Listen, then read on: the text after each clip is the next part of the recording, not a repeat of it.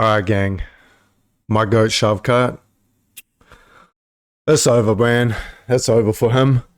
If you don't know, he's out of the rankings.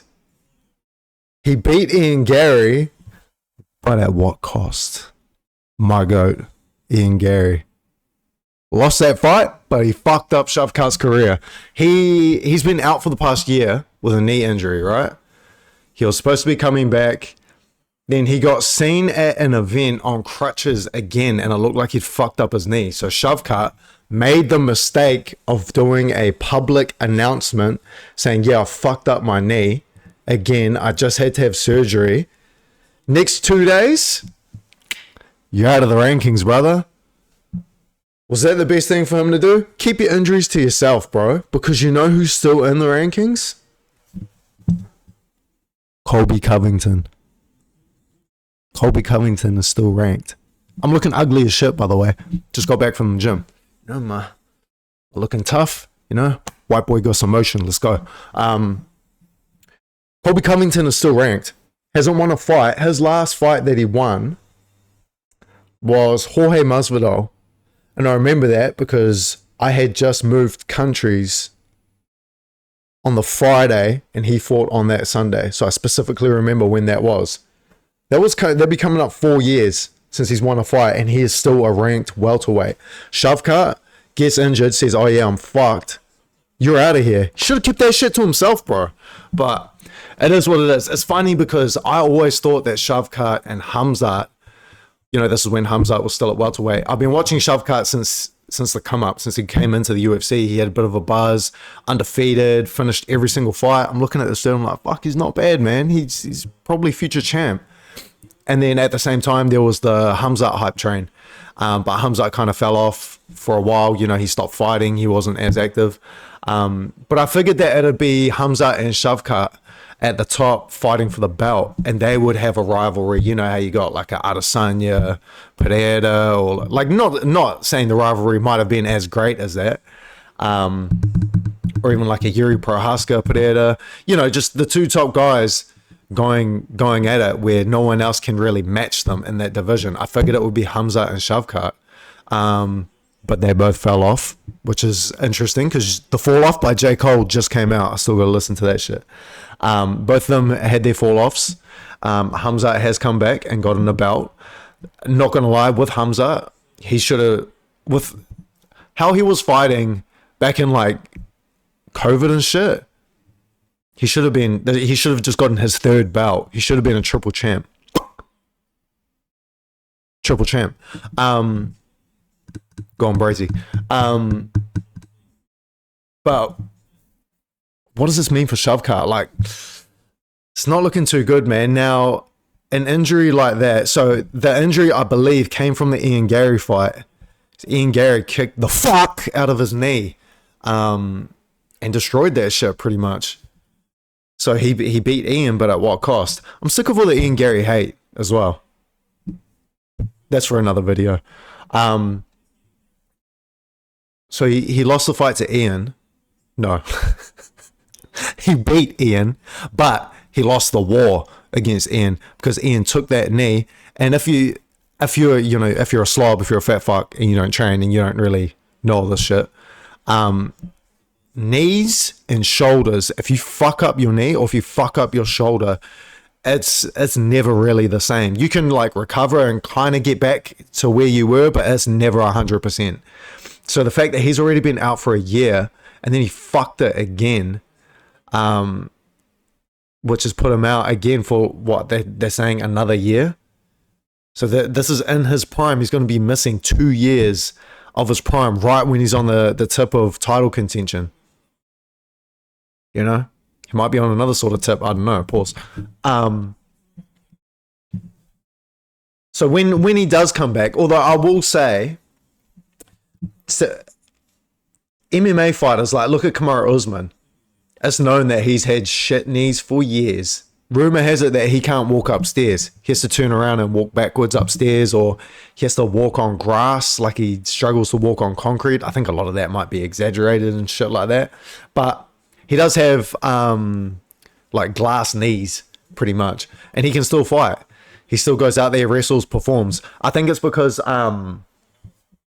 so long as you stay injury free during camp, the actual performance at worst is going to be 25 minutes. You know, if you're a main event and you go to a decision.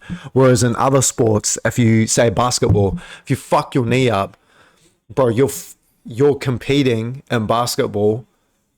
Well, how many games are in a regular season? Like 80 or something like that. 80 games in a regular season. Each of those games is 12-minute quarter. It's like nearly an hour. Plus like overtimes and timeouts and shit. So just say it's an hour. That's 80 hours in a season compared to 25 minutes if you fight once a year in a main event that goes the distance. So that's I will say that like the knee injury, so that's the point I was going to make, is that the knee injury is probably a bit more manageable, so maybe it won't be as devastating as we think, because Shavkat fights once a year anyway. So if he can keep it together and not get injured in camp, like obviously he couldn't do it this time, he probably could still be somewhat active.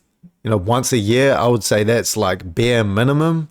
I wouldn't really consider that active. 3 fights a year, I would say, is active. 2 is standard. 1, once every 2 years. Fuck you. No. But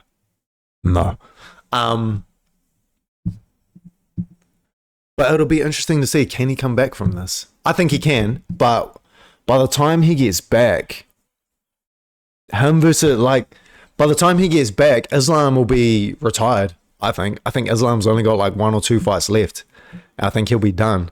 So by the time Shavkat comes back, Islam will be gone.